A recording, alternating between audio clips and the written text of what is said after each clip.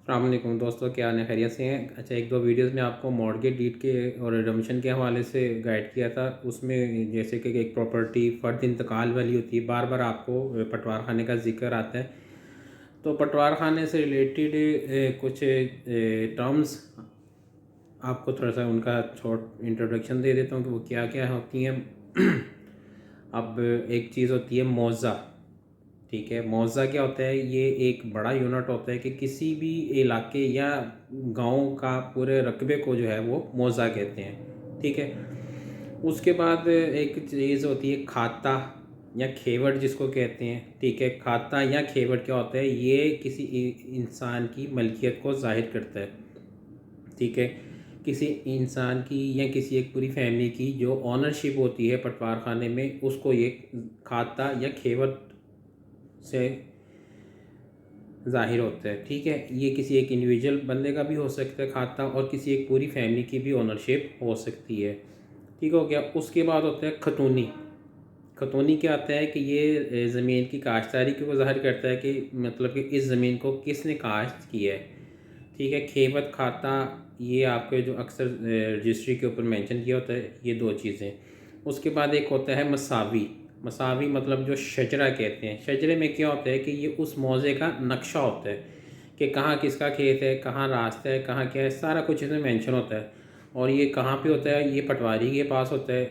एक कपड़े के ऊपर ये सारा जो है वो मेंशन होता है। उस कपड़े को लट्ठा भी कहते हैं। ठीक है, जो कि उस ज़मीन का हदूद रकबा, लेफ़्ट राइट फ्रंट बैक, ये सारा शुमाल मगरिब जिसको हम कहते हैं वो ज़ाहिर करता है।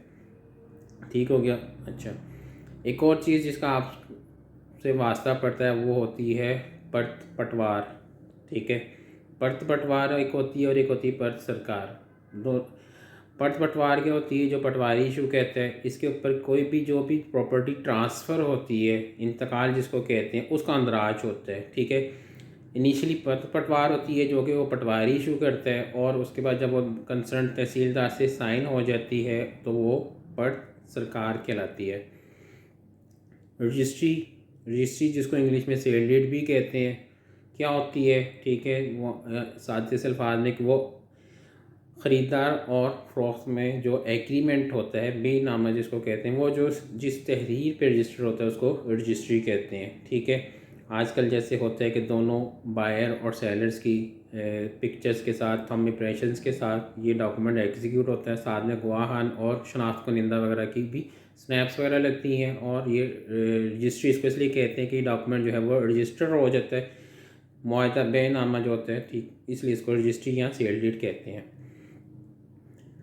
एक और वर्ड यूज़ होता है इंतकाल रहन, जिसको लियन कहते हैं। ठीक है, वही चीज़ कि अगर कोई प्रॉपर्टी आपने किसी भी जायदाद का इंतकाल किसी के नाम थोड़ी रकम या कोई चीज़ के लेकर आर्जी तौर पे इसको इंतकाल किया है तो इसको इंतकाल रहन कहते हैं। जैसे कि मिसाल है कि अगर कोई कस्टमर बैंक से लोन लेता है, ठीक है, तो वो प्रॉपर्टी इंतकाल रहन या लियन मार्किंग कहने बैंक के नाम पे हो जाती है। इसमें क्या होता है कि मलकियत तो उसी कस्टमर की है, लेकिन आर्जी तौर पे जो है ये प्रॉपर्टी, क्योंकि बैंक के नाम तो नहीं कहेंगे, बैंक के ना के लियन इस पे हो जाता है, तो इसको कहते हैं इंतकाल रहन। ठीक है, वनडे एक और टर्म यूज़ होती है पटवार खाने से रिलेटेड, वनडे जिसको डिमॉर्गेशन कहते हैं। ठीक है, डिमॉर्गेशन क्या होता है कि किसी भी प्रॉपर्टी की जब तकसीम हो जाती है, मतलब सपोज कोई अगर कोई पहले प्लॉट था एक केनाल का, अब उसके 5-5 मरले के या 10 मरले के या 20 मरले की कोई डिवीज़न हो गई है। ठीक है, तो इस डिवीज़न का जो रिकॉर्ड होता है उसको कहते हैं वनडे, जिसको कि डिमॉर्गेशन भी कहते हैं। ठीक है,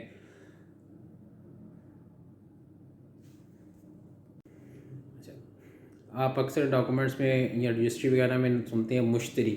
मुश्तरी क्या होता है? जो ज़मीन का ख़रीदार होता है या प्रॉपर्टी का जो ख़रीदार होता है उसको कहते हैं मुश्तरी। ठीक है, तो इसलिए अक्सर आप लिखते हैं, जगहों पे लिखा होगा मुश्तरी होशियार बाश। मतलब इसका क्या होता है कि अगर आप प्रॉपर्टी कोई सी भी ले रहे हैं तो उसके बारे में ख़बरदार रहें, उसके वेयर अबाउट्स पता कर लें। क्लियर हो गया? ताकि आपको किसी भी किस्म की कल को परेशानी ना उठानी पड़े। ठीक हो गया? इसी तरह अब एक और चीज़ होती है इंतकाल।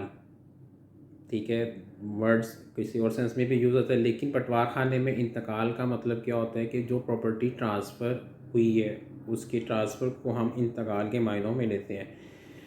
अच्छा, अब जो रजिस्ट्री जिसको हम कहते हैं सेल डीड, वो भी प्रॉपर्टी डॉक्यूमेंट की सेल परचेज़ का डॉक्यूमेंट है, और इंतकाल भी। फ़र्क दोनों में क्या है उसको थोड़ा सा ब्रीफली बता देता हूँ। फ़र्क इसमें ये है कि इंतकाल भी जो है वो प्रॉपर्टी ट्रांसफ़र का डॉक्यूमेंट होता है, और रजिस्ट्री भी।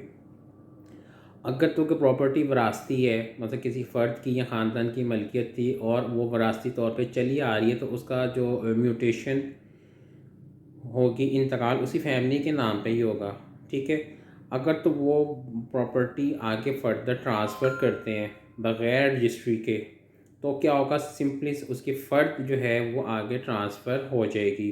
ठीक है, इंतकाल पास होगा, फ़र्द ट्रांसफ़र हो जाएगी, म्यूटेशन प्रॉपर्ली रजिस्टर हो जाएगी। इसको कहते हैं इंतकाल। ठीक है, अगर प्रॉपर्टी जो है,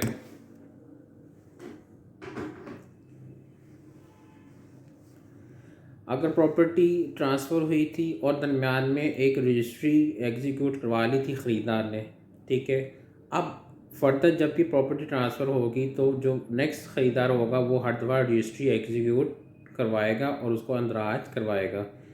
ठीक है, तो फ़र्क ये हुआ इंतकाल और रजिस्ट्री में कि अगर तो रास्ते प्रॉपर्टी चली आ रही है और फ़र्द से फ़र्द ही ट्रांसफ़र हो रही है और इंतकाल पास हो रहा है, तो इंतकाल ही काफ़ी है। लेकिन अगर रजिस्ट्री करवा चुकी है कोई फ़रीक इससे पहले, तो अब फर्दर जब भी प्रॉपर्टी ट्रांसफ़र होगी तो उसको उसकी रजिस्ट्री बनवानी पड़ेगी। हाँ, एक केस ऐसा है जैसे कि विरासत ट्रांसफ़र होनी है, मसलन सपोज़ कि किसी एक शख्स की प्रॉपर्टी थी, ठीक है, इंतकाल फ़र्द उसी के नाम पे है, इन केस के उसकी डेथ हो जाती है और उसके वर्सा जो है वो प्रॉपर्टी अपने नाम ट्रांसफ़र करवाते हैं, तो उनको सेल डीड एग्जीक्यूट करवाने की ज़रूरत नहीं है, यानी कि रजिस्ट्री बनवाने की ज़रूरत नहीं है। वो अपना सक्सेशन सर्टिफिकेट ही मुतल्लिका पटवार खाने में अंदराज करवा देंगे, तो वो प्रॉपर्टी जो है उसका इंतकाल उनके नाम पे हो जाएगा। ठीक है, सेल डीड की ज़रूरत नहीं है। ये फ़र्क है।